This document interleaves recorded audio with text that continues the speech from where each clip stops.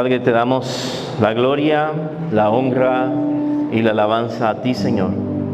Queremos exaltarte y bendecirte en esta noche, Señor, y darte las gracias por la oportunidad que nos das de alabarte, Señor, a través de los cantos, a través de nuestra vida. Y también pedir para que una vez más bendiga a las personas que están enfermas. Señor, pongas tu mano sanadora sobre nuestro hermano Isidro, para que él pueda recuperarse por completo de esa recaída, Señor, de ese resfriado o lo que le esté afectando. Queremos también interceder por los hermanos que vienen en una recuperación, algunos están con nosotros, otros no, en una recuperación de su salud, para que también les bendigas, le levantes, Señor, y la obra que has iniciado en ellos, tú la perfecciones. Oramos para que te glorifiques, Señor, sobre Ronnie Taylor en esta operación que él tiene mañana, Señor, para que pongas tu mano sanadora sobre su vida, para que te glorifiques sobre él. Y si hay alguna persona enferma entre nosotros, también tú le sanes en el nombre que es sobre todo nombre, en el nombre de Jesús, Señor.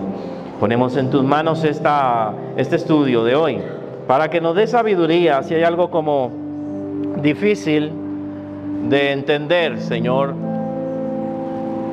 que tú te manifiestes, que tú te glorifiques, que tú te muevas en medio de nosotros, Señor. Glorifícate en todo lo que vamos a hacer hoy. Que tu gracia y tu bendición sea sobre nuestras vidas. Que tu palabra corra en nuestros corazones. Y además de adquirir conocimiento, también podamos ponerla en práctica, Señor. En el nombre de Jesús. Amén. Amén. Dios me les bendiga, amados hermanos. Pueden sentarse aquellos que están de pie. Un gusto tenerles con nosotros. Hermanos, ya vamos avanzados aquí en Romanos, así que no se desanime. Yo sé que no se desanima, pero a veces uno pierde un poquito el hilo. Sigamos asistiendo a estos estudios, sigamos aprendiendo de la palabra del Señor. Si en algún momento a usted le queda alguna duda, yo por el tiempo no puedo abrir muchos espacios para preguntas, porque si no salimos todavía más tarde. Usted me puede escribir con toda confianza, me puede mandar un mensaje, esta parte no la entendí, con mucho gusto podemos aclarar. Hasta en algunos casos, algunos videos que pueda servir a todos para cualquier aclaración. Hoy nos corresponde ver el capítulo 7, ¿verdad? Capítulo 7 de Romanos. ¿Qué tal si me acompaña ahí? Y a la mitad se van a ver como dos temas o dos subtemas importantes. Prácticamente en la mitad hay uno que es muy controversial, que hay muchas posiciones y necesito que ahí preste también mucha atención sobre la explicación. Hoy vamos a ver sobre los propósitos y limitaciones de la ley. ¿Cuál ley? La ley de Moisés, ¿verdad? Es donde nos vamos a enfatizar. Capítulo 7. El tema que veníamos tratando, ¿verdad? De la libertad que ahora tenemos en Cristo. Recuerde que decíamos que ya no éramos esclavos, del pecado, que hemos sido libres, y recuerde eso, del poder del pecado, que hemos sido libres del poder del pecado. Ahora parece que cambia de tema y uno diría, va a hablar de un tema que nada que ver, va a hablar de la ley. Pero lo que quiere él decirnos es que también ahora somos libres de la ley, que ahora también hemos sido libres por el sacrificio de Jesús, sí, del poder del pecado, pero también de estar atado a un cumplimiento exacto de la ley para poder obtener la salvación. Y ese es el argumento que él viene a explicarnos, que también hemos sido liberados de la ley. ¿Por qué? Porque en Roma existían muchas sinagogas. En Roma para esta época, como era el centro del mundo, también de muchas religiones, los judíos habían logrado establecer muchas sinagogas en ese lugar. Y es probable que la iglesia de Roma estaba compuesta de muchos judíos. Así que él tiene que aclararles a ellos, judíos cristianos que vienen saliendo de sus ideas judaicas, que la ley sí es importante, pero que la ley ahora no tiene que ver para nuestra salvación. Y por eso él dice, también eres libre de la ley.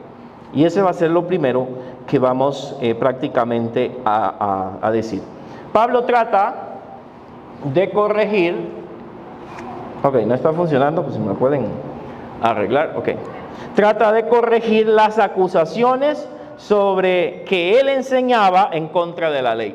Pablo siempre lo estuvieron acusando de que él estaba enseñando en contra de la ley de Moisés, que habiendo sido un judío, ahora se había rebelado en contra de la ley y hablaba mal de la ley.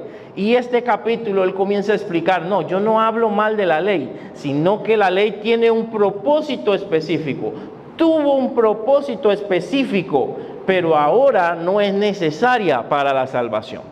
Y es lo que va a argumentar el apóstol Pablo acá. Es importante este tema, tal vez no tanto, digamos, para nosotros que entendemos que somos salvos por gracia, pero existen todavía algunas congregaciones, ¿verdad?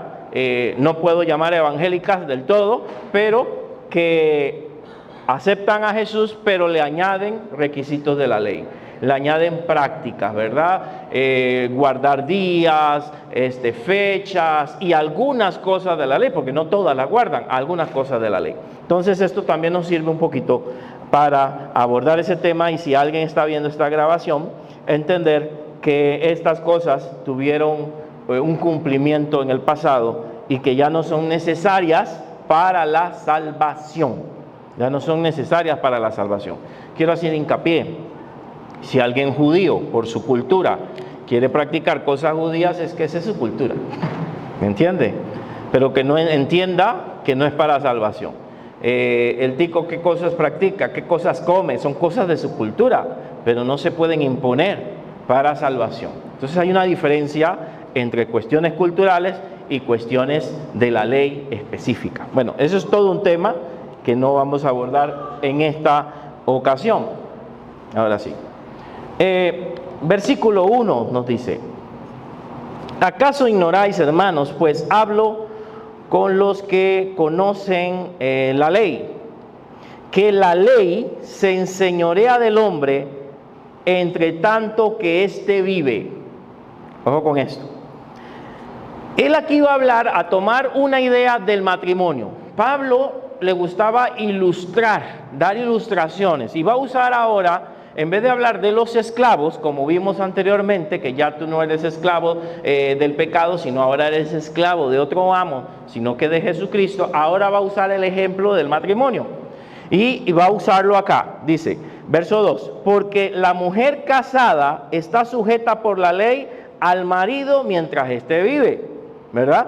Pero si el marido muere, ella queda libre de la ley del marido.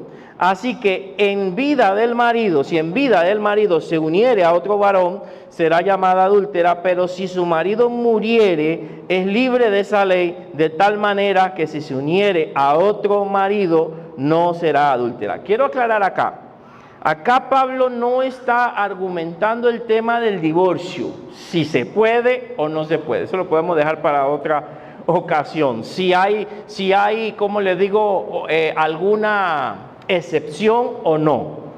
Mateo habla de una excepción, y Corintios, aunque no habla de una excepción, por ahí del capítulo 7 también habla de una condición, ¿verdad?, en la cual debe haber paz. A paz nos llamó el Señor. Pero aquí Pablo está hablando a quienes, está hablando a griegos, y él está usando una ilustración de lo que debe ser el matrimonio en su estado perfecto, en su estado completo, ¿verdad? Una persona que se casa con otra, se supone que van de, como decimos, hasta que la muerte los separe.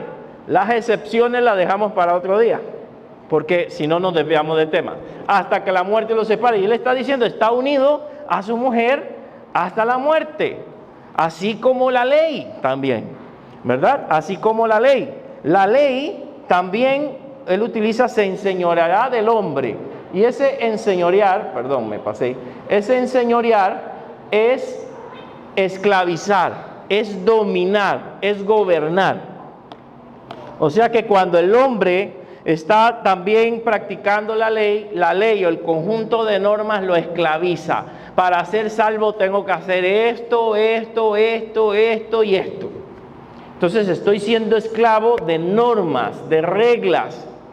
Y esto es como bastante complicado porque cuando venimos a Cristo, algunas congregaciones también evangélicas, no solamente aquella que ya se imaginó cuál no es evangélica, también algunas evangélicas añadimos, usted es salvo por gracia, pero debe hacer esto.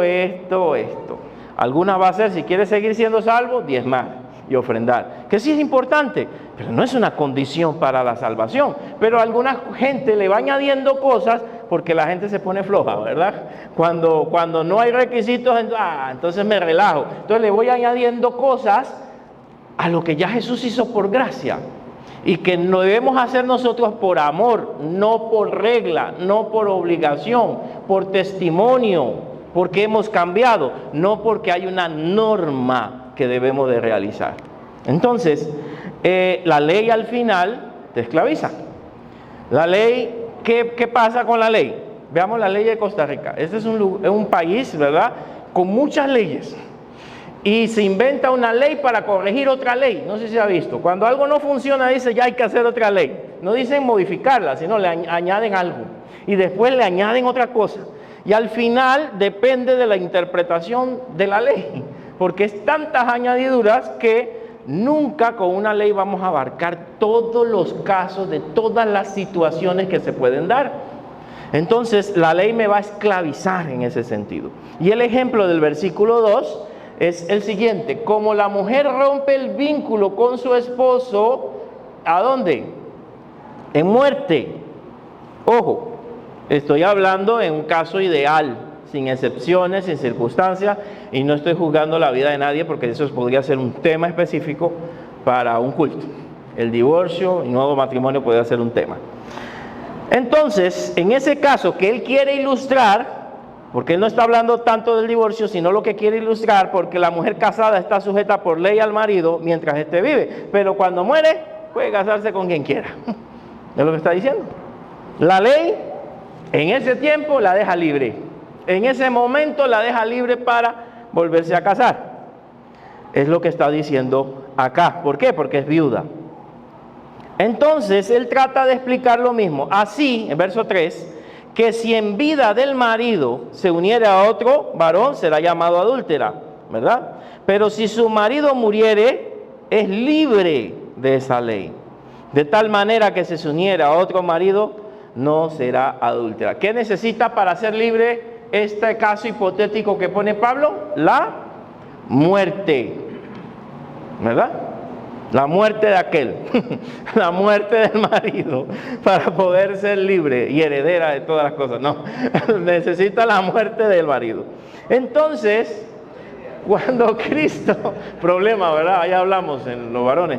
Cuando Cristo vino, murió en la cruz, se rompe la ley, hay muerte, ya no estamos sujetos a la ley. Jesús mismo vino a cumplir la ley, él lo dice en varios pasajes, él vino a cumplir los aspectos de la ley, pero cuando él muere, se acabó. Ya no tenemos ligamen con la ley. Jesús nos liberó también de la ley. Y ahora vamos a ver, ¿será que era mala la ley? No, hermanos. Por lo menos los 10 mandamientos son éticos y hasta encontramos algunos aspectos en otras religiones, ¿verdad? Que coinciden, hay que ser sincero. Algunos copiaron también de los 10 mandamientos y de la ley de Moisés, algunas leyes que tenemos hoy en día replicaron y tomaron ideas en el mundo. Pero la cantidad de mandamientos que hay en el Antiguo Testamento no son los 10 mandamientos, esos son los básicos. ¿Quién se sabe la cantidad? Yo creo que usted ya lo dijo ahí, ¿verdad? 633, ok. Mandamientos. Imagínense, ¿quién puede cumplir 633 mandamientos? Es más, cuando estamos en una empresa o hasta en las reglas que se ponen en los grupos, hasta los de la iglesia, usted solo puede poner, se nos recomiendan poner 10. Por eso están los 10 mandamientos. 10 cosas, porque la gente se lo olvida. Póngale 20 requisitos. ¿Quién se acuerda de eso? 20 cosas que hacer para ser parte del grupo de alabanza. Nadie. Entonces ponemos 5, ponemos 6, lo más, así muy riguroso, 10. Y no se acuerdan, ok, llegar temprano, etc. ¿Verdad? 10 responsabilidades. Pero los mandamientos eran demasiados. Un ser humano jamás podría cumplirlos todos. Y es más, hasta los hombres de Dios que trataron de hacerlo y lo hicieron lo mejor posible, siempre fallaron. Lo vemos en el Antiguo Testamento, siempre fallaron en una u otra cosa, porque es imposible. Entonces, ¿para qué ponemos ley? ¿Para qué está la ley? Bueno, aquí nos dice que en el verso 4 y 5, que ahora en el 4 ya tenemos que, se volvió a casar, ¿verdad? Tiene nuevo esposo, tenemos un nuevo esposo, tenemos un nuevo marido, ¿verdad? Espiritualmente hablando. Así también vosotros, hermanos míos, habéis muerto a la ley mediante el cuerpo de Cristo, o sea, el sacrificio de Cristo, para que seáis de otro, ya no de la ley. Ya no tengo que cumplir y obedecer la ley, ahora es a Cristo, del que resucitó de los muertos, a fin de que llevemos, ¿qué? Fruto para Dios. Ahora, esto no se debe malinterpretar que como no es que se anula la ley, sino que ya se cumplió la ley, ahora yo hago lo que me da la gana. Ahora ya no cumplo los mandamientos de Dios, no. Para que lleve fruto, o sea, si hay cosas que hacer, si hay un cambio que ejercer. Sin embargo, ahora es a través de Jesús, la obra de Jesús y el Espíritu Santo. Ahora no es porque es una norma, ahora es que el Espíritu Santo me ayuda a cumplir la voluntad de Dios. Entonces, aparte de eso, hermanos, un paréntesis, lástima que se me ocurrió ahora, un paréntesis, la ley de Moisés, o el Levítico y todo esto que se repite, pueden simplificarse de tres maneras. Los mandamientos éticos, que eso se pueden aplicar hoy en día, como los 10 mandamientos. Los mandamientos ceremoniales, como de días, de fiestas, de cosas que ellos regaban, sacrificios, que eso se cumplieron en Jesús, porque Él es el sacrificio perfecto, ya nada de eso hay que practicar. Y mandamientos judiciales. Los judiciales eran cómo trataban a un delincuente, cómo hacían ante una violación, cómo esas cosas que eran para esa época específica. Entonces tenemos 3 tipos de leyes. Yo sé que estoy simplificando mucho, hay más, pero 3 bases por lo menos. Las morales, ¿verdad? ¿Cuál más dije? Las judiciales y las religiosas o ceremoniales. La única que pueden quedar, en algún sentido, son las morales. Las judiciales depende, hay países que los practican y otros que no. Va a depender del país de nosotros. Y las ceremoniales definitivamente se cumplieron en Cristo Jesús, que eso es otro tema. La Pascua, Cristo es nuestra Pascua, por así decirlo. La fiesta de los tabernáculos, ¿cómo? También representa la vida eterna, estar cerca de la presencia de Dios, Dios morando entre nosotros. Cada fiesta y cada práctica, cada sacrificio está señalando a Jesús desde el Antiguo Testamento. Señalando a Jesús. No tengo el tiempo para explicarlo, pero cada fiesta representa a Jesús. Cada cosa, los vestidos, los colores, todas estas cosas tienen representación en Jesús. Los sacrificios, los tipos de sacrificios, los tipos de ofrenda. Así que ahora tenemos un nuevo esposo y quedamos libres ¿de qué? De la ley, de lo que nos ataba. Quedamos libres de lo que nos ataba. Dice el verso 5, porque mientras estábamos en la carne, las pasiones pecaminosas que eran por la ley obraban en nuestros miembros llevando fruto para la muerte. Parece que aquí cambia un poco de tema, pero ahorita lo voy a hablar más adelante. Lo importante es que ya estamos libres. ¿Libres de qué? Libres de la ley. Ahora, entonces, ¿para qué Dios creó todo ese montón de mandamientos en el Antiguo Testamento? Si al final los iba no a eliminar, sino a detener, o que ya no se iban a quedar obsoletos, tal vez esa es la mejor palabra, iban a quedar obsoletos. ¿Para qué entonces los hizo? ¿Para qué tantos 600 y resto de mandamientos, como dice mi hermano? ¿Para qué? Bueno, lo siguiente nos va a explicar el propósito. ¿Ok? Verso 7.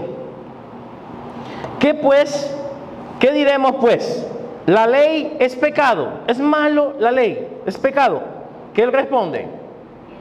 De ninguna manera. No, la ley no es pecado. De ninguna manera. Pero yo no conocí el pecado sino por la ley. Ok, tiene un propósito, ahí hay un propósito. ¿El propósito cuál va a ser? Que por la ley conozco el pecado. Si no hubiera ley, no me doy cuenta que estoy haciendo lo malo. Si usted no le dice a sus hijos, no hagas esto, él no se da cuenta que está quebrantando algo. Si usted no le dice, eso es malo, él no va a darse cuenta que es malo y que es bueno. Tiene que haber unas normas. Entonces, esas normas nos sirven para darnos cuenta que hay en nuestro corazón, para revelar al hombre que es un pecador, que le gusta quebrantar la ley. Cuando usted le dice a un hijo no, ¿verdad? El mío no, eso no, para nada, ¿verdad? Pero digamos los suyos. Cuando usted le dice a un hijo, no haga esto, ¿qué es lo que posiblemente va a hacer? Psicología inversa. Pues si me lo están prohibiendo es porque seguro es divertido, ¿verdad? Porque seguro hay algo. Entonces va la curiosidad, va todo esto que quiere realizarse con un niño pequeño principalmente. No toque eso, y el chiquito y va probando. Yo he visto esos chiquitos que se ríen en su cara y comienzan a tantear, ¿verdad? ¿Lo toco o no lo toco? ¿Lo toco o no lo toco? Esa es la tendencia del ser humano. La he explicado muchas veces, pero vuelvo a recordar por si alguien no está aquí. Si hoy pintamos la iglesia, bueno, morado no, ¿verdad? Pintamos de algún color que a usted le guste y ponemos ahí, ¿qué? No tocar, pintura fresca. ¿Qué hacemos generalmente? Y no solamente los niños, ¿verdad? ¿Ha visto cuando ponen cemento? Yo he visto hasta los zapatotes ahí y las manos. ¿Por qué? Porque la gente quiere probar. A ver. No está seco. No tiene sentido, pero esa es la naturaleza humana. Entonces, al final, lo que está pasando es que estoy conociendo qué es lo incorrecto, porque hay una ley. Porque tampoco conociera, dice aquí en el verso 7, la codicia si la ley dijera, no codiciarás. Entonces, cuando hay una ley, eso me ayuda a entender que me gusta quebrantar la ley. ¿Y cuál era el propósito? Enseñarle al hombre a través del Antiguo Testamento que era incapaz de salvarse a sí mismo, que no era perfecto y que no podía cumplir la voluntad de Dios de forma perfecta. Para eso era. Y por eso tenemos los relatos de todos los hombres de Dios. Y cuando usted lo lee, pero este hombre de Dios iba bien y de repente hizo esto. Este hombre de Dios era bueno y David adulteró. Y este hombre de repente quiere tener 2 mujeres. ¿Y por qué está escrito ahí? Para que usted se dé cuenta que aunque Dios los llamó y los escogió, ellos no eran perfectos. Y quedaban debiendo. Quedaban debiendo al estándar de Dios. El estándar de Dios es muy alto y el ser humano no lo puede cumplir sin la ayuda de Dios. Quiero subrayarlo eso, sin la ayuda de Dios. Así que el pecado, verso 8 dice, mas el pecado tomando ocasión por el mandamiento, o sea, aprovecha el mandamiento, produjo en mí toda codicia, porque sin la ley el pecado está muerto. O sea, si no hubiera una ley, no me doy cuenta que estoy codiciando, no me doy cuenta que eso es malo. Pero cuando me dijeron no lo hagas, y eso despertó en mí un montón de deseos para ir en contra de la ley de Dios. Eso es lo que dice acá. Así que el pecado toma ocasión por el mandamiento, se aprovecha del mandamiento para entonces hacerme ver como pecador. Mira, no puedes cumplir la ley de Dios. Y eso es lo que hace Satanás. Aun cuando somos creyentes. Y usted falla, viene una voz que le dice, tú eres muy malo. Hipócrita, ¿qué haces en la iglesia? Vete. Y usted dice, hoy sí es lo correcto. Satanás trabajando en el pecado que has cometido. Acusando. Entonces aprovecha el mandamiento para hacerme ver que estoy fallando, porque sin la ley el pecado está muerto. 9. Y yo sin la ley vivía un tiempo, pero venido el mandamiento, el pecado revivió y yo morí. O sea, esto es simbólico, lo que le está diciendo, yo sin la ley vivía un tiempo, porque él era judío, entonces ¿cómo es que vivía sin la ley? Él está poniendo un ejemplo a las personas que viven sin la ley.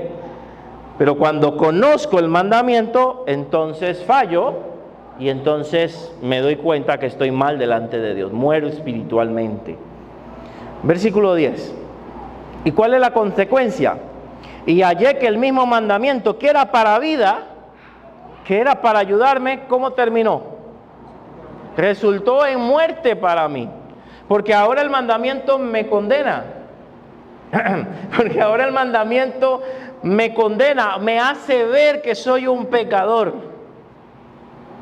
Y ahí es donde eso señala que estoy en pecado, porque no puedo cumplir todos los mandamientos de Dios. Acuérdese el hombre rico, ¿qué dijo? Todos los mandamientos he cumplido. Y el Señor ahí lo lleva a ver que era codicioso. Y ahí se da cuenta. Y en vez de renunciar a todo, vuelve atrás.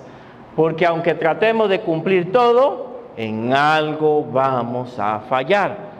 Por la naturaleza pecaminosa. Ok. Así que termina el mandamiento dándonos ¿qué? Muerte.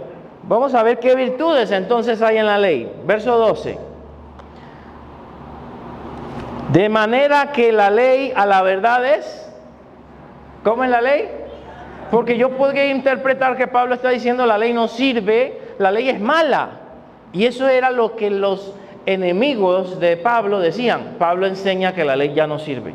Pablo enseña que es mala y está en contra de la palabra de Dios. Pero él está diciendo, no, la ley es santa. Yo no estoy diciendo lo contrario. Hermanos, si a Pablo, eso me da un poco de consuelo, si a Pablo lo malinterpretaban cuando enseñaba, si no me van a malinterpretar a mí, hermanos. El mismo Pedro por ahí dice de Pablo, dice, algunos enseñanzas tan profundas que da Pablo, inspiradas por Dios, ¿verdad? Que algunos tuercen. O sea, agarraban algo que decía Pablo y por aquí, mira, está enseñando otra cosa. Y era Pablo. Entonces, él está defendiendo aquí su posición. Es el pecado el que produce ¿qué? Que produce muerte, según el versículo 13, perdón. De manera que la ley de verdad es santa. El mandamiento que es santo, justo y bueno. O sea, ¿la ley es mala? No. Tiene un propósito, revelarme lo que hay en mi corazón. Ese es el propósito. Revelar que soy pecador y que aunque yo crea que puedo cumplir la voluntad de Dios, no. Entonces las religiones nos van a crear maneras de alcanzar el cielo. Haga esto, 7 pasos, 9 pasos para alcanzar la salvación. Pero no, nada de lo que hagamos puede ganar la salvación. Y es el argumento que venimos desde el principio en Romanos, ¿verdad? Es por gracia, somos justificados por gracia. Y aún los que quieren cumplir la ley o normas, tampoco la pueden alcanzar de esa manera. Verso 13, ¿qué hace el pecado? Bueno, luego lo que es bueno vino a ser muerte para mí, en ninguna manera, sino que el pecado, o sea, la ley no me da muerte, es el pecado. Eso es lo que él quiere decir. Lo que es bueno se convierte en muerte. No, es el pecado que usa el mandamiento para destruirme. No es que la ley me da muerte, ¿ok? Y él lo está diciendo, en ninguna manera, sino que el pecado, para mostrarse pecado, produjo en mí la muerte por medio de lo que es bueno, a fin de que por el mandamiento el pecado llegase a ser sobremanera pecaminoso. O sea, utilizó el mandamiento para hacerme ver que soy un pecador. Vea el poder del pecado. Los 10 mandamientos al final terminan condenándome, pero no porque fue la voluntad de Dios, sino porque el pecado me señala, tú no los puedes cumplir. Pero Dios lo permitió. Dios lo permitió para que el hombre, al ver la ley de Dios, diga, no hombre, esto no lo puedo hacer. Dios es santo y perfecto. No puedo por mi fuerza alcanzar todo lo que Él pide. Ese es el propósito. Que nos sintamos que no podemos por nosotros mismos salvarnos. Esa es la idea. Esa es la idea de Dios. Y cuando una religión, cuando un grupo nos enseña, vas a alcanzar la salvación haciendo esto, está en contra de lo que el texto está diciendo. Porque no lo podemos hacer por nuestros esfuerzos, ni por normas, ni por reglas, ni por ideas, ni por prácticas. No, es por la gracia de Dios. Que nos quede bien claro. Que nos quede claro en nuestro corazón. Siempre queremos hacer algo para ganarnos la salvación, pero es por gracia. La ley es espiritual y buena, lo sigue diciendo en el 14, ¿verdad? Porque sabemos que la ley es espiritual. Vea que lo recalca, la ley no es mala, es espiritual. El problema es lo que tengo yo, mas yo soy, dice ahí, carnal, vendido al pecado. Aquí ya nos está complicando la cosa. ¿Cómo que vendido al pecado? Si dijo que soy libre. Aquí ya viene un problema. Él dice que soy libre del poder del pecado, aquí me dice que estoy vendido al pecado. Probablemente se esté refiriendo a la naturaleza pecaminosa. No nos podemos quitar la naturaleza pecaminosa, aunque algunos creen que sí. Algunos tienen la idea que cuando aceptan a Jesucristo ya no pecan. Eso no es cierto. Y algunos lo dan a entender. Y ahí es donde viene el tema de, con las excepciones, si pierdo o no pierdo la salvación. Si depende de mí, nunca voy a ser salvo. Nunca, porque todos los días algo. Tal vez no algo grande, hermanos. Yo sé que no, porque se supone que estamos creciendo y madurando. Un mal pensamiento, un enojo ahí que se dio usted ahí. No sé. O ustedes no pecan, hermano. Están llenos de aureolas aquí y son más santos. Me bajo, hermano, ¿verdad? Con alas y todo. Pero algunos creen que ya hemos vencido al pecado a esa magnitud de no pecar. Y esa idea que proyectamos también es negativa. Porque entonces cuando decimos, ¿cuántos quieren aceptar a Cristo? El que siente que pecó ayer, yo necesito aceptarlo de nuevo porque no estoy mejorando. Pero es que eres pecador. Lo que va a pasar es que vas a lograr dominarte, madurar para no practicar el pecado, para ser mejor cada día, para ir superándote, para no vivir en pecado. Pero en algún momento, algún error vas a tener, porque eres un ser humano. De la naturaleza pecaminosa, lo que quiere decir, no nos vamos a librar. Ella va a seguir con nosotros hasta que muramos. La naturaleza pecaminosa. Por eso soy carnal, vendido al pecado. A eso se refiere. Porque lo que hago no lo entiendo, pues yo no hago lo que quiero, sino lo que aborrezco, eso hago. Antes de ir allá, este versículo 15 y 16 debería haberlo tenido más adelante. Dice, y si lo que no quiero esto hago, apruebo que la ley es buena. Ok, aquí nos está explicando que la ley al final me revela lo que hay en mi corazón. Entonces, me muestra que hay un deseo de hacer las cosas bien, pero hay algo acá que también me dice que haga lo malo. Entonces ya me doy cuenta que tengo dos tendencias, a lo bueno y a lo malo. Ya del versículo 17 no es que se nos complica, pero hay varias posiciones que quiero explicarle. Y le voy a explicar la que yo elijo y por qué. Los versículos 17 al 25 son controversiales y se pueden entender de 4 formas.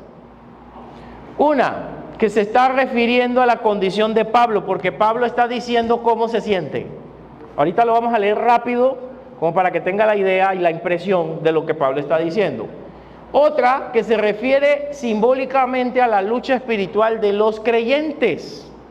Que el creyente está luchando, como se nos muestra en otros pasajes, con la carne, y que ambos se oponen entre sí para que no haga lo que yo quiero. Creo que un día prediqué sobre eso, ¿verdad? Esa lucha entre lo bueno y lo malo, y puse una canción que se llamaba, que no es perfecta, por supuesto, pero dice, 2 seres hay en mí, o sea, están luchando para controlarme. Entonces algunos dicen, este es lo que quiere decir aquí también. Esta es la posición más común. Es la posición de Juan Calvino, de Lutero, de muchos predicadores todavía hoy en día, y que si se malinterpreta me pueda llevar a pensar en una forma, no digo que es la intención jamás, liberal, ¿verdad? Yo no puedo controlarme. No puedo controlarme. Los que ya leyeron el texto ya lo habrán visto. Yo no puedo dominarme. No puedo controlarme. Esa es una posición muy respetada, pero es una posición. Y la otra es que se refiere a la lucha de un judío al querer cumplir la ley.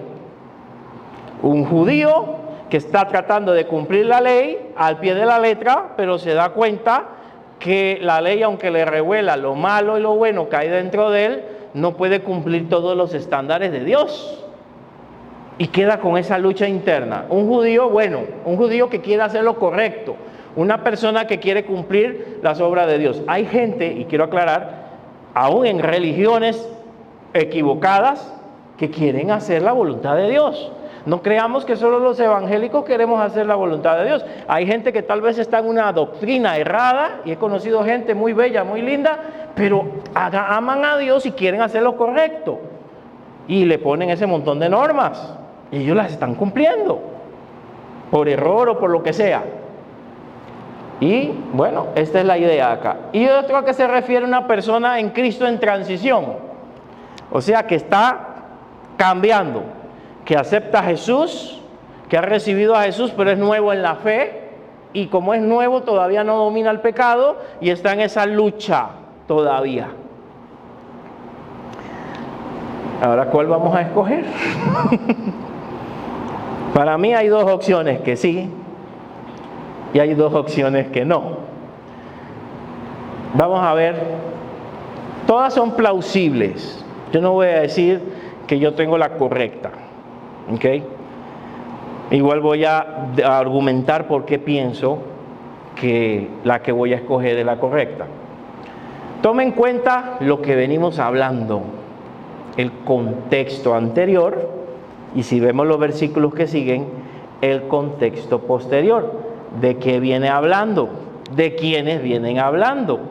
¿Viene hablando Pablo de sí mismo? Esa sería mi pregunta. Aunque él habla ahí que yo, pero él viene hablando de sí mismo en todo el texto. ¿De quién viene hablando? ¿De quiénes viene hablando? ¿De qué viene hablando? A ver, hagamos este ejercicio un momentito. ¿De qué viene hablando el contexto? Algo que nos ayuda a interpretar, no digo perfectamente, porque nadie es perfecto, es el contexto. Si yo saco algo de contexto, voy a creer lo que sea, pero ¿de qué viene hablando? Exactamente. De los judíos y de la ley. Él no viene hablando de sí mismo y sus luchas.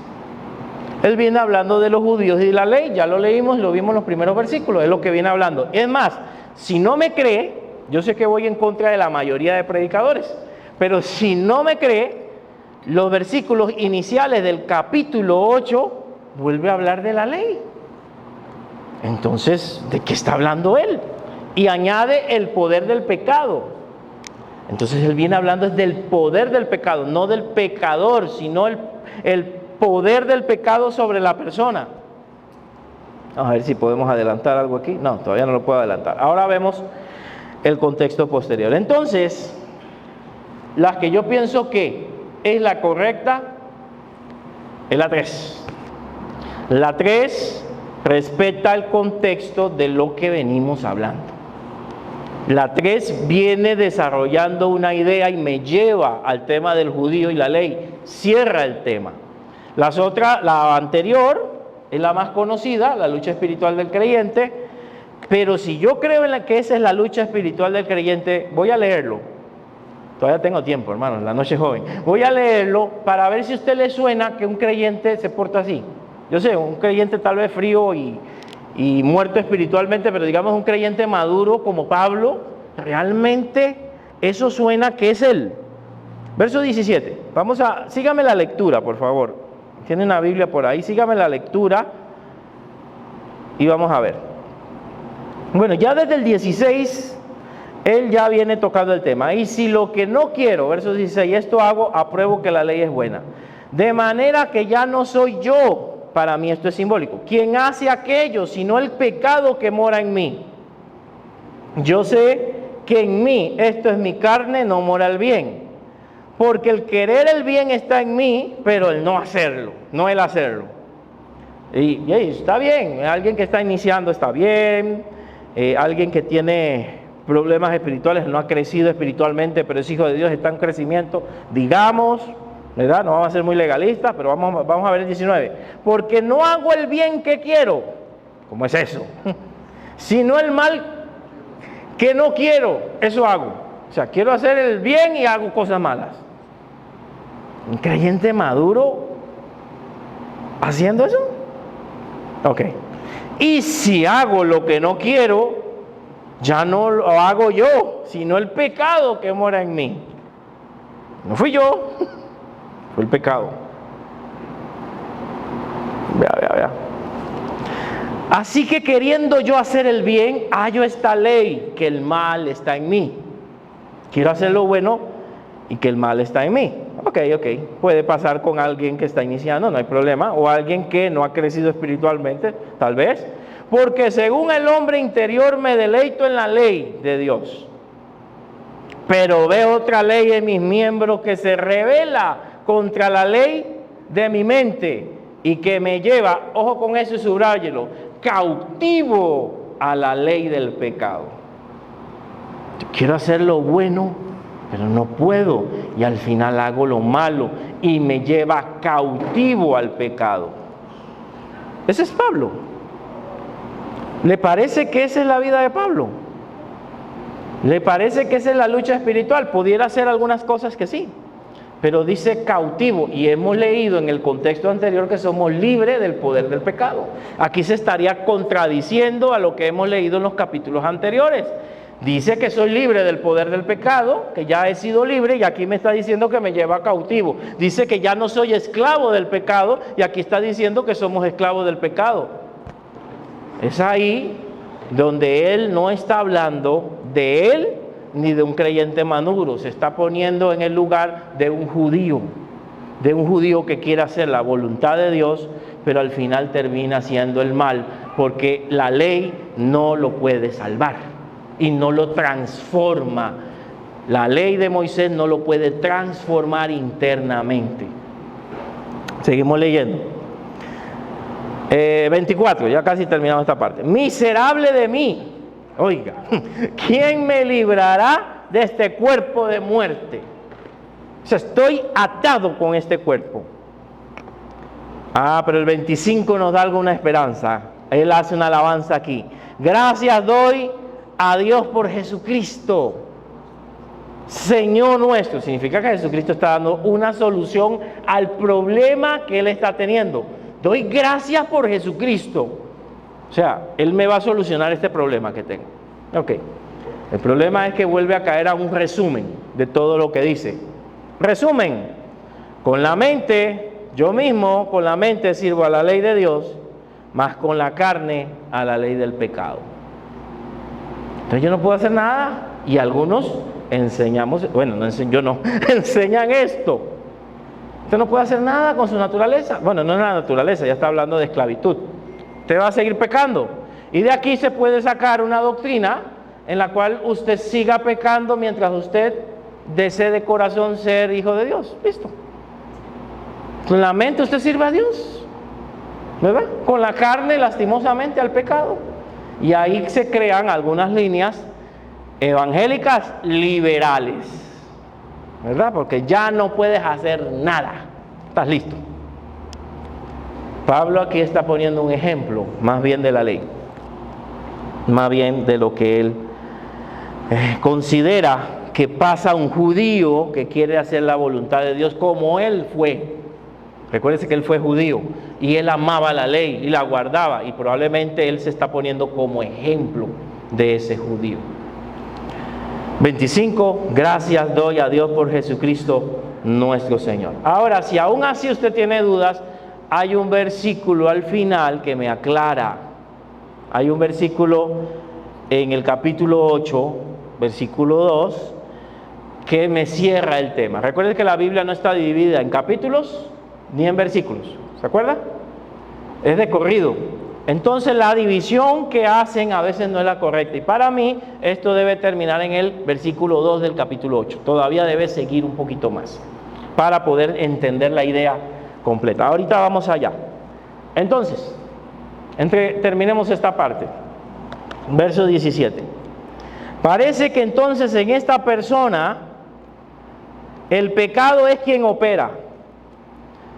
Yo no lo hago. Yo no soy quien lo hace, sino el pecado que mora en mí. Está tan habituado al pecado que ya trabaja en automático. No puede salir. Es un esclavo del pecado. No puede decir no. Está esclavizado. Versos 18 y 19. Y yo sé que en esto, en mi carne, no mora el bien, ¿verdad? Porque el querer el bien está en mí, pero no hacerlo. ¿Quiere hacer qué cosa? Lo bueno, pero hace lo malo. ¿Por qué? Porque conoce la ley. Y esto puede pasarle a alguien que conoce la Biblia. La conoce, la sabe, pero no está el Espíritu Santo en su corazón para ayudarla a cumplir. Tiene letra, tiene conocimiento y quiere hacer lo bueno, pero no puede. Y le puede pasar a alguien que está empezando, claro que sí. O a alguien que apenas esté ingresando e iniciando, claro que sí. Pero esto no es un creyente maduro, que ha sido libre del pecado, que ya ha dominado muchas áreas en su vida. El pecado es quien lo hace. Esto podría ser una excusa buena. Yo no fui, fue el pecado que mora en mí. ¿Verdad? Suena bonito. Pero no es así. El verso 20, el pecado es quien lo hace. Lo que quiere decir es que ya el pecado controla su vida. ¿No ha conocido gente que esté allá afuera y que dice yo quiero cambiar pero no puedo? Es esto. Yo sé lo que es bueno pero no encuentro la forma. Y usted que está acá, ya evangélico y toda la cosa, ya aceptó a Cristo, dice, pero ¿cómo es que no puede dejar eso? ¿Cómo es que no puede? ¡Qué barbaridad! El querer es poder y toda la cosa. No, es que está atado. Está amarrado. Y en el fondo de su corazón hay un deseo por servir a Dios y querer seguir a Dios. Estos no son los paganos del capítulo 1. Son gente que conoce de Dios, pero todavía falta ser libre. Conoce nada más. Conocimiento. No ha llegado aquí, al corazón. No ha entregado su vida a Jesús por completo. Como pasó con Pablo antes de su conversión. Entonces, el pecado es quien lo hace. ¿Qué hizo Pablo? Mató a un siervo de Dios, creyendo que estaba cumpliendo la ley. Encuentra que el mal está, ¿a dónde? Verso 21, en él, ya lo vimos, yo quiero hacer el bien, pero hallo esta ley. Ley también se puede traducir poder, que el mal está en mí. Oiga, el mal está en mí, suena así de película, ¿eh? Lo malo está en mí. Seguimos. ¿Qué pasa con esta persona? Aunque se deleita en su interior en la ley de Dios, la ley, y esto para mí es clave, lo lleva cautivo. ¿Por qué clave? Porque el creyente ya no está cautivo al poder del pecado, ya lo vimos. Y si no, revise, si no estuvo aquí, revise las lecciones anteriores. Ya el poder del pecado no está sobre nosotros. Pecamos por naturaleza, pero no somos cautivos del pecado. Pecamos, como dice Primera de Juan, que si alguno hubiere pecado, abogado tenemos, hijitos, ante el Padre. Pero dice que el Hijo de Dios no practica el pecado. Es diferente. Es diferente. Pero este dice que está cautivo. Es ahí mi argumento que no puede ser Pablo. Es un ejemplo de él, tal vez en su vida pasada, o de lo que siente un judío en cuanto a eso. Verso 25, bueno, el 24, considera un miserable. ¿Cómo vamos a ser miserables nosotros? Si somos bienaventurados, por muchos versículos nos dice que somos bienaventurados, dice aquí, miserable de mí. ¿Quién me librará de este cuerpo de muerte? Cuando somos bienaventurados por creer en Jesús, por ser pacificadores, por tener fe en Él. Esperanza en el 25, gracias doy a Dios por Jesucristo, Señor nuestro.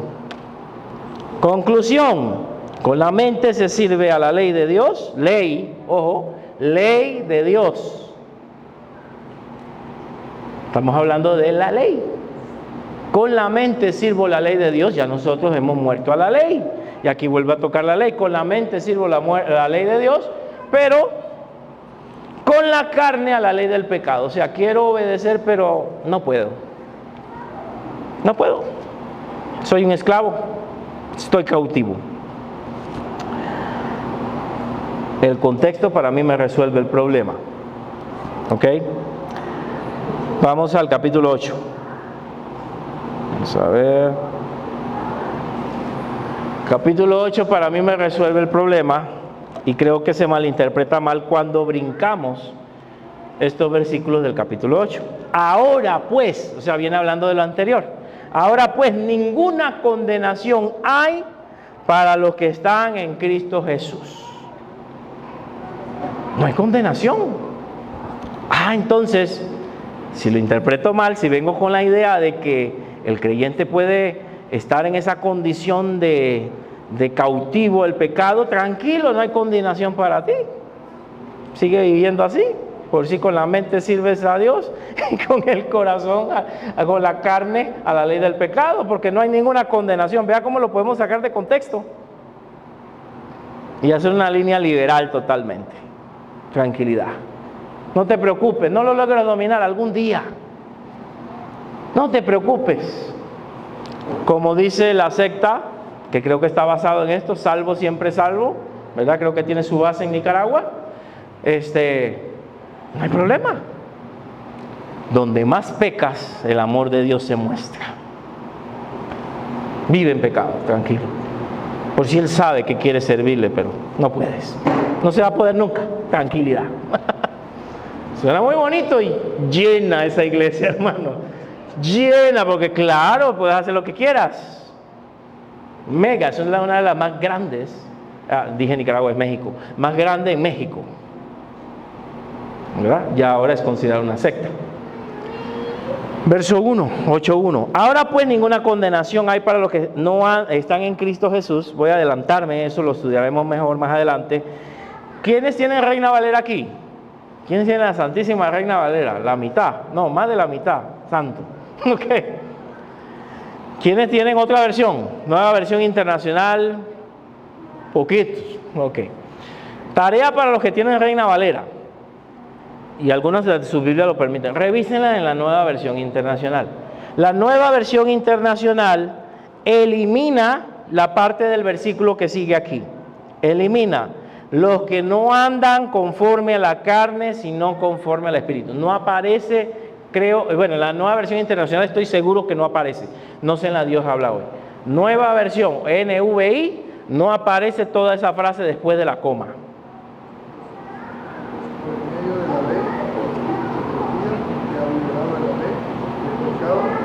En el versículo 1 estoy hablando, después de la coma. Después de la coma, versículo 1 no aparece. Espero no hacerle fluctuar su fe en eso. Voy a tratar de explicarlo, ¿verdad? Porque ya llevamos tiempo estudiando aquí con nosotros, creo que ya hemos crecido un poquito en la madurez. Esto no se dice a la congregación en general, porque la gente, ¿qué va a decir, pastor? Que esa parte no estaba en los antiguos escritos. ¡Qué barbaridad! Y hay gente que idolatra a la Reina Valera. Las versiones son versiones, son traducciones. Eligen la forma mejor de comunicar el mensaje del griego original. Parece que en el original griego, el más antiguo, no aparece la frase. ¿Ok? No aparece la frase. ¿Y por qué? ¿Alguien lo borró? Dicen los ateos. Vea, no aparece, hay errores, lo borraron o lo añadieron. No. La Biblia se escribió, hermanos, de los originales que no tenemos, se hicieron copias de copias. ¿Cómo era la copia? ¿Iban a una fotocopiadora y la sacaban? No. ¿Cómo la hacían? A mano. Seres humanos. Pasaban a mano y revisaban una y otra vez el texto a ver si estaba bien escrito.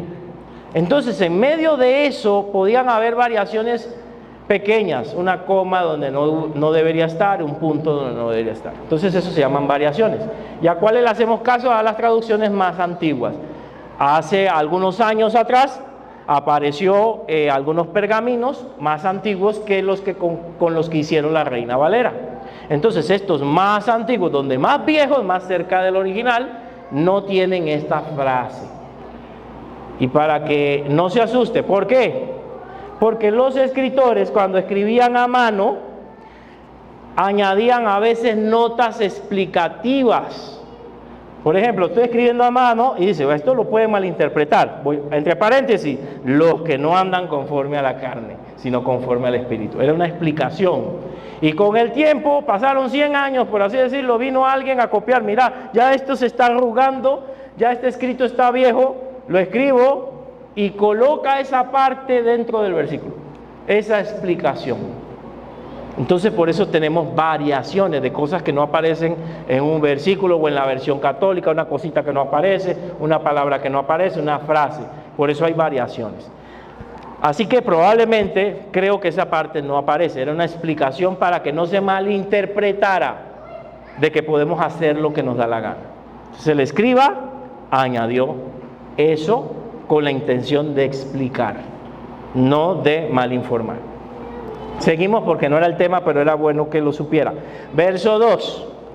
Porque la ley del Espíritu de vida en Cristo Jesús me ha librado ¿de qué? Entonces, ¿de qué dije que podía significar ley? Poder, no se lo olvide. La ley también se puede significar poder. O sea, me ha librado ¿de qué? Del poder del pecado y de la muerte. Entonces, ¿de qué venía hablando él? Del poder del pecado. De una persona que estaba asumida bajo el poder del pecado. ¿Y cómo se siente alguien asumido bajo el yugo del pecado, del poder del pecado? Seguimos. Ahora esta es la alabanza, que en Cristo Jesús no es así. He sido librado del poder del pecado y de la muerte. Y aquí lo aclara, ¿ve? Porque lo que era imposible, ¿para qué? ¿Qué era imposible para la ley? Que un hombre fuera libre. ¿Cómo se encontraba un hombre sujeto a la ley? Como el que leímos, tratando de cumplir cosas y no podía, tratando de mejorar y no podía. Pero lo que era imposible para la ley, por cuanto era débil por la carne, Dios, enviando a su Hijo en semejanza de carne y de pecado, y a causa del pecado, condenó al pecado en la muerte. O sea, eliminó el poder del pecado, Cristo Jesús. Veo cómo este capítulo 8 me aclara de qué venía hablando el capítulo 7. Me da claridad que él no está hablando de la naturaleza pecaminosa, está hablando del poder del pecado, de alguien cautivo en el pecado. Así que el contexto a mí me hace ver que él está hablando de una persona que está luchando por cumplir los mandamientos de Dios y no puede, porque está tratando de cumplir la ley y no ha sido liberado por el poder de Jesucristo. ¿Cuál es la alabanza en todo esto? Porque la ley no lo pudo hacer. El ejemplo anterior era un hombre que guardaba la ley, porque era débil, pero Jesucristo sí lo hizo. O sea, Jesucristo tiene el poder para romper las cadenas de cualquier pecado con el que estemos luchando. ¿Vamos a ser perfectos? No, pero vamos a ser libres. Libres de vicios, libres de ataduras, es lo que promete Jesús. Perfectos no, pero libres en Cristo Jesús. Ahí queda grabado. Yo sé que es como complicadillo. Ya les dije que Romanos se va poniendo pesadón, ¿verdad? Se va poniendo pesadón y más profundo. Voy terminando porque ya me suena el timbre. Como cristianos ya no estamos obligados a cumplir las normas de la ley. Ya no estamos obligados. Yo sé que hay ciertos grupos que te dicen guarda sábado, guarda esto, ¿verdad? Hazle lo otro aquí, allá. Religiones que te dicen cumple los 7 pasos. No estamos obligados a cumplir la ley. La ley tenía como propósito hacer que el hombre se dé cuenta de ¿qué?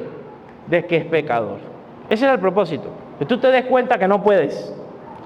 Aunque la ley es buena, no resuelve el problema del pecado en el interior del hombre. Solo te enseña que eres pecador. Solo Jesús vino ¿a qué?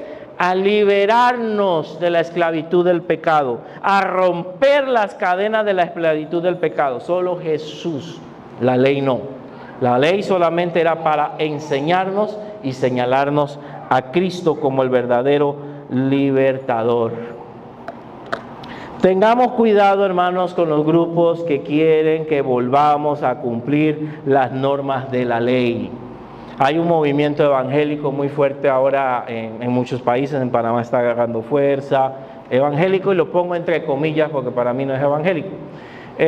Un mesianismo ahí medio raro, ¿verdad? Que invita a la gente a ser creyente, pero sí tienes que cumplir esto, tienes que cumplir lo otro, tienes que descubrir de qué tribu eres, porque todos somos de una tribu espiritualmente. Ni los judíos saben de qué tribu son, porque eso se desapareció, ¿verdad? Entonces nos enseñan un montón de cosas y están en internet, diciéndole que a usted les están enseñando cosas falsas. Les enseñan que la Biblia que usted tiene, dicen la Biblia original es en hebreo, no en griego, así que usted tiene traducciones falsas. ¿A dónde está la Biblia en hebreo? Sí, en el Antiguo Testamento sí, pero ¿dónde está? Ninguna la tiene, solo en la mente de ellos, porque no hay ninguna copia. Se cree que Mateo pudo haber sido escrito en hebreo, pero no ha aparecido. Y lo más probable es que escribieron en griego porque la gente de esa época hablaba griego. Si yo quiero que el evangelio llegue a todo el mundo, tenía que ponerlo en el lenguaje de todo el mundo. Y en ese momento era el griego. Si yo quiero hacer un libro que pegue y que lo lea todo el mundo, lo tendría que hacer hoy en día ¿en qué? En inglés, por ejemplo. Y mandarín. Ahí va, para que todo el mundo lo lea. Entonces no tiene sentido. Tenga cuidado con eso. Eso está abunda en internet y hasta pastores ya se han hecho mesiánicos y comienzan a transformar a la iglesia a ese movimiento para volver a cumplir cosas de la ley. No. Es clara la escritura. La ley no me va a dar salvación. Un conjunto de normas no cambia el corazón. Solo Cristo tiene el poder de transformarnos a nosotros y de cambiarnos. Amén. Demos gracias a Jesús porque Él nos ha hecho libres del poder del pecado. Eso no quiere decir que no haya alguien luchando con el pecado, aunque haya aceptado a Jesús. Pero conforme buscas más de Dios, conforme creces, tú te fortaleces y puedes vencer al pecado. ¿Fallarás? Claro que sí, porque queda la naturaleza pecaminosa, que es diferente al poder del pecado o a la ley del pecado. La naturaleza va a estar ahí y en algún momento se revela y en algún momento aparece. Pero Jesús nos liberó del poder para no estar esclavizados con vicios ni pecados. Eso es lo que hizo Jesús y es lo que nos enseña este texto. Así que si Jesús te liberó y tú aceptaste a Jesús, sigue viviendo libre. Mantente libre. Si tienes una lucha con algo, pídele al Señor que rompa las cadenas porque hay poder en Él. No lo hago. Sí, tengo que también educarme. Es también llenarme de Dios para poder soportar las tentaciones. Entonces, esa es la clave que Pablo nos dice. Simplifica todo, hermanos. Montón de normas. No hagas, no hagas, no hagas, no hagas.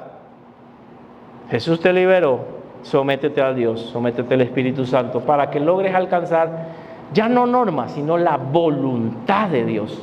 Y Él nos muestra lo que es bueno y lo que es malo. Y ya la Escritura en el Nuevo Testamento también lo tiene definido. ¿Qué tal si oramos, hermanos? Padre eterno, gracias por este tiempo, Señor, en el cual podemos nosotros entender, como dice aquí, que ninguna condenación hay para los que están en Cristo Jesús. Que podemos entender de que nos has librado del poder o de la ley del pecado y de la muerte. Ya no tenemos que andar derrotados, sino que somos personas vencedoras.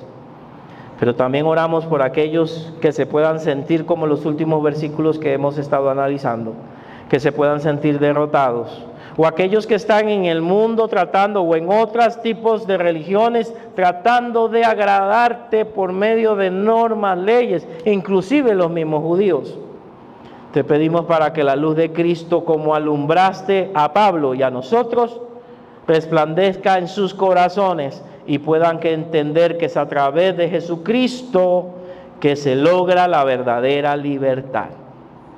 Ayúdanos, Señor, todos los que estamos acá y aquellos que vean este video. Padre, porque tú dijiste en tu palabra, conoceréis la verdad y la verdad os hará verdaderamente libres. Haznos libres cada día de los restos de pecado que quedan en nosotros, de la inmundicia que queda todavía en nosotros, Señor, por la naturaleza pecaminosa. Haznos crecer cada día a la imagen de tu Hijo perfecto, Señor, entendiendo que si hemos pecado, como dice Primera de Juan, tenemos abogado, y la sangre de Cristo nos limpia de todo pecado. Bendice a mis hermanos, llévalos con bien a su lugar de destino, guárdalos, Señor, y que Dios puedan reservar en su corazón y entender que tú pagaste el precio por nuestros pecados, nos liberaste también del poder de la ley y también nos has librado del poder y la esclavitud del pecado. Gracias, Señor, en el nombre de Jesús. Amén y amén. Que Dios me les bendiga, amados hermanos. Que Dios les guarde. Muchas bendiciones. Solo le robé 5 minutos para poder cerrar toda la idea, ¿verdad? Bendiciones, buenas noches. Prohibido no saludarse.